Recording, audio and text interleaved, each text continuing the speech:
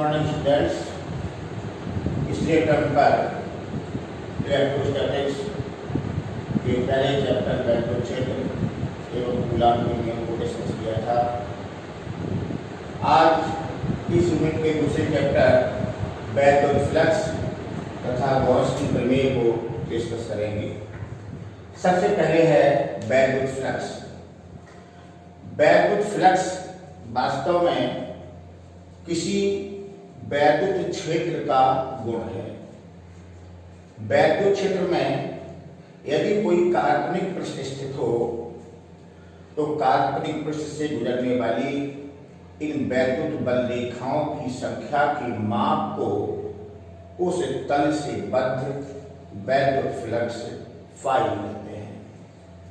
मान लिया कि ये हमारे पास एक कोई काल्पनिक पृष्ठ है और इस काल्पनिक पृष्ठ को एक समान इलेक्ट्रिकल फील्ड ई में रखा गया, तो इस पृष्ठ के अल्प अवयव डीए से बद्ध वैद्युत फ्लक्स का मान d phi E equal to vector E dot vector dA के तुल्य होगा। अर्थात इस अल्प अवयव से बद्ध वैद्युत फ्लक्स का मान वैद्युत तीव्रता व क्षेत्रफल वेक्टर के अदिश गुणनफल के बराबर होता है। अगर हम इस पूरे पृष्ठ से बद्ध वैद्युत फ्लक्स का मान निकालें तो पूरे पृष्ठ से बद्ध संपूर्ण वैद्युत फ्लक्स का मान phi E equal to surface integral d phi E equal to surface integral vector E dot vector dA के तुल्य हो गया। ये हो गया वैद्युत फ्लक्स का फार्मूला।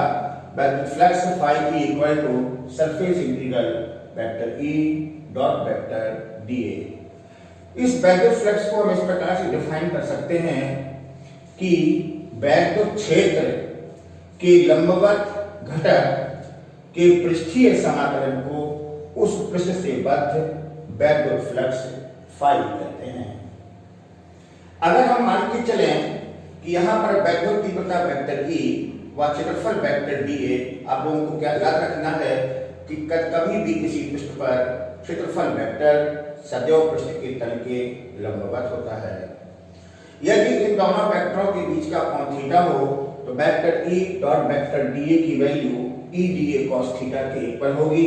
तो इस पृष्ठ से बद्ध वैद्युत फ्लक्स का मान phi E equal to surface integral E dA cos theta के तुल्य हो गया। इसको हम इस प्रकार से भी लिख सकते हैं E cos theta integral DA के बराबर हो गया।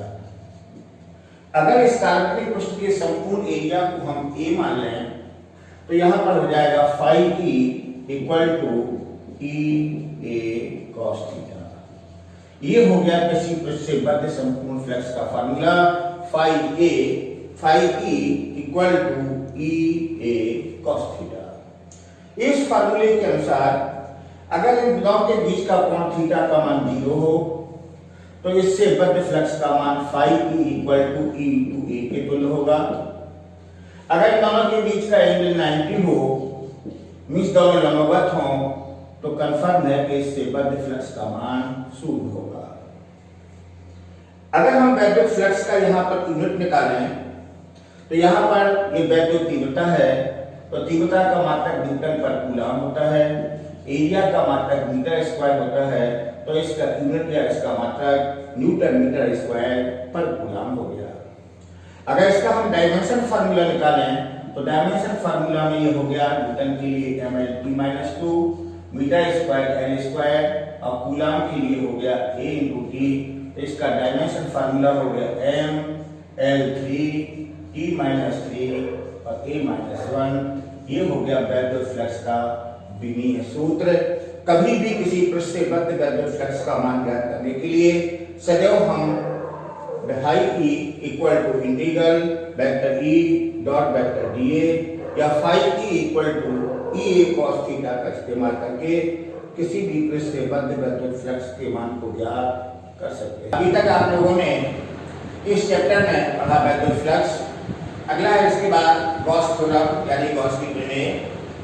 गॉस थ्योरम के अनुसार किसी बंद पृष्ठ से बद्ध संपूर्ण फ्लक्स का मान उससे परबद्ध संपूर्ण आवेश का 1/ε0 गुना होता है, अर्थात phi E equal to Q upon ε0।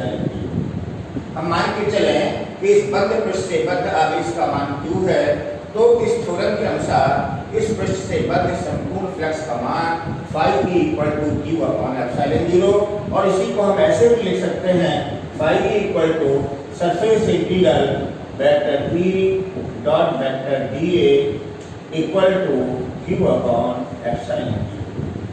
ये हो गया गॉस थ्योरम का स्टेटमेंट। इस के द्वारा हम किसी भी पृष्ठ से बद्ध संपूर्ण फ्लक्स के मान को ज्ञात कर सकते हैं। हम इस गॉस थ्योरम को प्रूव कर सकते हैं, सत्यापित कर सकते हैं। इसके लिए हमने मान लिया कि कोई काल्पनिक बंद पृष्ठ A है, इसके अंदर किसी O पॉइंट पर कोई प्लस Q कूलम का आवेश रखा है, इससे R दूरी पर पृष्ठ पर कोई पॉइंट P है। इस प्लस Q आवेश के कारण P पॉइंट पर वैद्युत तीव्रता वेक्टर E है, यहाँ पर वैद्युत तीव्रता वेक्टर E हो गई।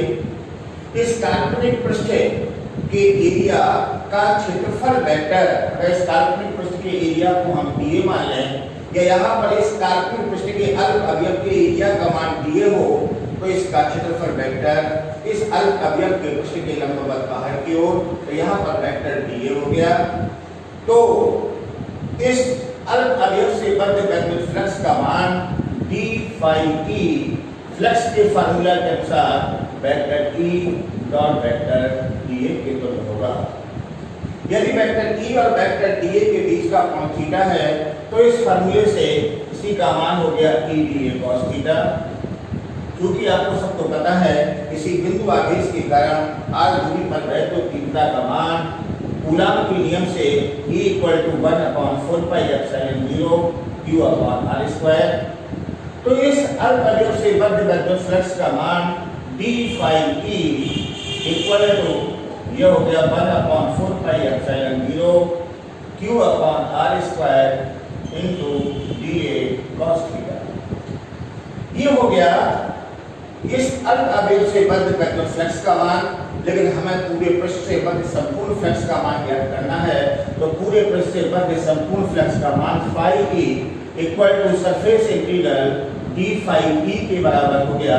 तो इसका मान हो गया यहाँ पर Q अपॉन 4πε0, ये कांस्टेंट है, इसको बाहर ले लिया, और ये हो गया integral surface integral dA cos theta upon r²। अगर हम मान के चले कि इस अल्प अवयव के द्वारा इस पॉइंट O पर अंतरिक्ष घन कोण का मान d ओमेगा है, क्योंकि ये यहाँ पर अंतरिक्ष घन कोण का मान d ओमेगा है, और चूंकि यहाँ पर क्षेत्रफल वेक्टर इस अल्प अवयव के पृष्ठ के तल की लंबवत नहीं है, इसका लंबवत घटक dA cos थीटा होगा। तो कंफर्म है कि घन कोण का मान d omega equal to dA cos theta upon r² के बराबर होगा। तो इस पूरे काल्पनिक पृष्ठ से बद्ध संपूर्ण फ्लक्स का मान phi E equal to Q upon 4πε0, और इसकी वैल्यू का मान हो गया इंटीग्रल d ओमेगा। और चूंकि आपको पता है किसी भी पृष्ठ से बद्ध संपूर्ण घन कोण का मान 4π स्टेरेडियन के बराबर होता है, तो इंटीग्रल d ओमेगा की वैल्यू 4π हो जाएगी। तो इसकी वैल्यू हो गई Q अपॉन 4πε0 इंटू 4π। 4π से 4π कैंसिल हो गया, तो यहाँ से प्रूफ हो गया phi E equal to Q upon ε0। ये हो गया गॉस थ्योरम का प्रूफ, यानी गॉस थ्योरम का सत्यापन। और इस थ्योरम के अनुसार हुआ किसी वैद्युत क्षेत्र में स्थित किसी काल्पनिक पृष्ठ से बद्ध संपूर्ण फ्लक्स का मान उससे परबद्ध संपूर्ण आवेश का 1/ε0 गुना होता है। यहाँ पर याद आपको रखना है कि जब कभी भी कोई पृष्ठ में वैद्युत बल रेखाएं प्रवेश करती हैं, तो वहां पर फ्लक्स का मान ऋणात्मक, और यदि वैद्युत बल रेखाएं पृष्ठ से लंबवत बाहर निकलती हैं, तो वैद्युत फ्लक्स का मान धनात्मक होता है। यदि इस पृष्ठ से बद्ध कई आवेशों और कई आवेशों के संपूर्ण आवेश का मान सिग्मा Q के बराबर हो, तो पूरे पृष्ठ से बद्ध संपूर्ण फ्लक्स का मान 1/ε0 इंटू सिग्मा Q के बराबर होगा। फ्लक्स का मान धनात्मक भी हो सकता है, फ्लक्स का मान ऋणात्मक भी हो सकता है। यदि फ्लक्स का मान धनात्मक है तो वैद्युत बल रेखाएं पृष्ठ की लंबवत बाहर को निकलेंगी, और यदि फ्लक्स का मान ऋणात्मक है तो वैद्युत बल रेखाएं पृष्ठ की लंबवत अंदर की ओर प्रवेश करेंगी। अभी तक आपने पढ़ा इस चैप्टर में वैद्युत फ्लक्स तथा गॉस की प्रमेय।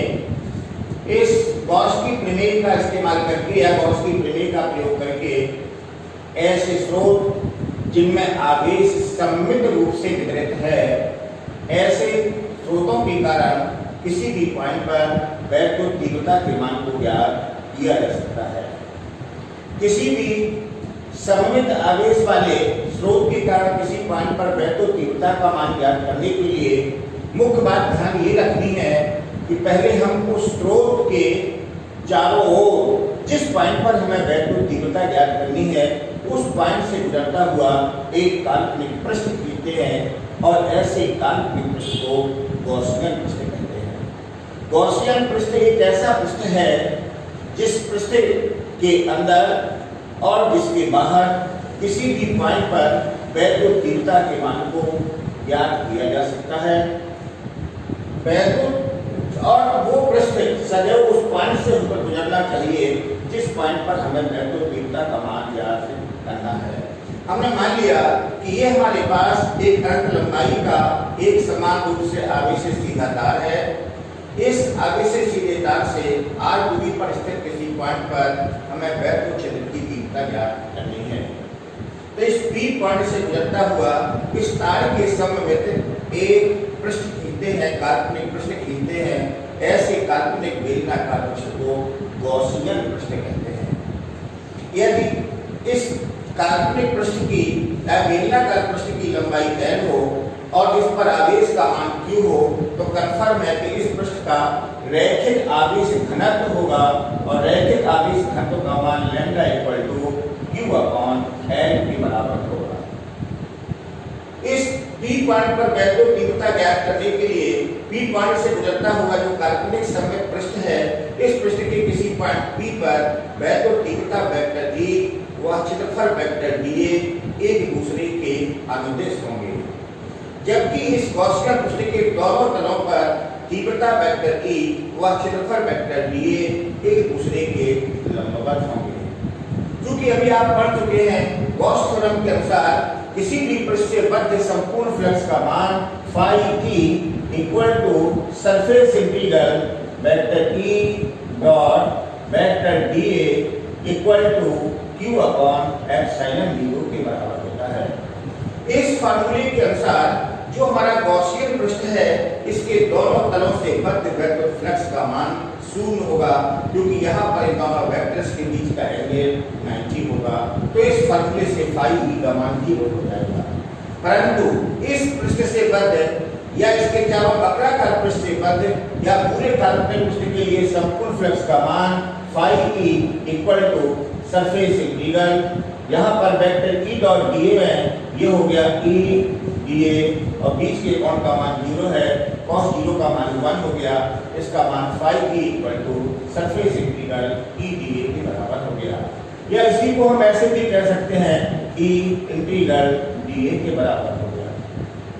क्योंकि यहाँ पर phi E का मान गॉस थ्योरम के अनुसार q/ε0 के बराबर होता है, और चूंकि गॉस थ्योरम से यहाँ पर लैम्डा की वैल्यू का मान q की वैल्यू का मान लैम्डा इनटू L है, तो गॉस थ्योरम का इस्तेमाल करने पर phi E की वैल्यू होगी q/ε0 और इसकी वैल्यू का मान लैम्डा L/ε0। वैद्युत तीव्रता के मान को हमें E ज्ञात करना है, और इंटीग्रल dA होगा इस पूरे पृष्ठ के सरफेस एरिया का मान, और इसके एरिया का मान हो जाएगा 2πrL। तो यहाँ पर इंटीग्रल dA की वैल्यू का मान हो गया 2πrL। L से L कैंसिल हो गया, तो इस पॉइंट पर वैद्युत तीव्रता का मान हो गया E इक्वल टू λ/2πε0r। इस फार्मूले का उपयोग करके इस P पॉइंट पर वैद्युत तीव्रता के मान को ज्ञात कर सकते हैं।